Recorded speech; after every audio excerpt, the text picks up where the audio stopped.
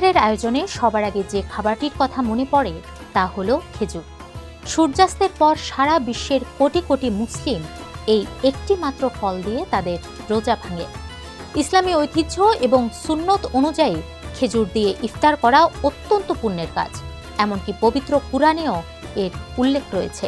কিন্তু প্রশ্ন হলো, সারাদিন উপোস থাকার পর অসংখ্য মুখরোচক খাবার থাকতে কেন মানুষ একটি ছোট্ট শুকনো ফলকেই বেছে নেয়? এই খেজুরে এমন কি জাদুকরী পুষ্টিগুণ লুকিয়ে আছে যা নিমিষেই শরীরের ক্লান্তি দূর করে? দীর্ঘ সময় পানাহার থেকে বিরত থাকার পর এটি কি সত্যি আমাদের পরিপাকতন্ত্রকে শান্ত করতে পারে? আর যাদের খেজুর একেবারেই পছন্দ নয়, তারা কি এই পুষ্টি থেকে বঞ্চিত হবেন? আসুন জেনে নেই ধর্মীয় রীতির আড়ালে থাকা খেজুরের বৈজ্ঞানিক ও চিকিৎসাগত উপকারিতাগুলো।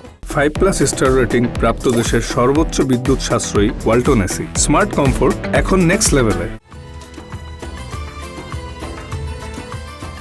রমজান মাসে সূর্যোদয় থেকে সূর্যাস্ত পর্যন্ত দীর্ঘ সময় পানাহার থেকে বিরত থাকার পর মানুষের পাকস্থলী অত্যন্ত সংবেদনশীল হয়ে পড়ে। এই সময়ে শরীরের সবচেয়ে বেশি প্রয়োজন হয় তাৎক্ষণিক শক্তির বা গ্লুকোজের। রোজা ভাঙার সাথে সাথে শরীর গ্লুকোজ তৈরির চেষ্টা করে। খেজুরে প্রচুর পরিমাণে প্রাকৃতিক শর্করা এবং জটিল কার্বোহাইড্রেট থাকে, যা অন্য যে কোনো খাবারের তুলনায় রক্তে শর্করার মাত্রা দ্রুত বৃদ্ধি করে শরীরকে নিমিষেই সতেজ করে তোলে। এছাড়া এটি ভিটামিন এ, কে, B6 এবং আয়রনের এক চমৎকার উৎস, যা রোজাদারদের শরীরের প্রয়োজনীয় পুষ্টির ঘাটতি দ্রুত মেটাতে সাহায্য করে। খেজুর দেখতে শুকনো ফল হলেও এটি শরীরকে হাইড্রেটেড রাখতে জাদুকরী ভূমিকা পালন করে। এতে প্রাকৃতিকভাবে প্রচুর পটাশিয়াম এবং ইলেকট্রোলাইট থাকে। পটাশিয়াম শরীরে পানির জন্য চুম্বকের মতো কাজ করে, যা কোষগুলোকে পানিতে পরিপূর্ণ করে তোলে। তাই ইফতারে খেজুরের সাথে পানি পান করলে তা শুধু শক্তিই যোগায় না, বরং শরীরের পানির ভারসাম্য দারুণভাবে বজায় রাখে। খেজুর খেলে সাধারণত আলাদা করে আর কোনো ইলেকট্রোলাইট পানীয় গ্রহণের প্রয়োজন পড়ে না। সারাদিন রোজা রাখার পর অনেকেই ইফতারে অতিরিক্ত খাবার খেয়ে ফেলেন, যার ফলে রোজার মাসেও ওজন বেড়ে যাওয়ার মতো সমস্যা দেখা দেয়। ঐতিহ্যগতভাবে মুসলিমরা ইফতারের শুরুতে খেজুর খেয়ে মাগরিবের নামাজ আদায় করেন এবং পরে মূল খাবার খান। এই রীতির একটি চমৎকার বৈজ্ঞানিক ভিত্তি রয়েছে।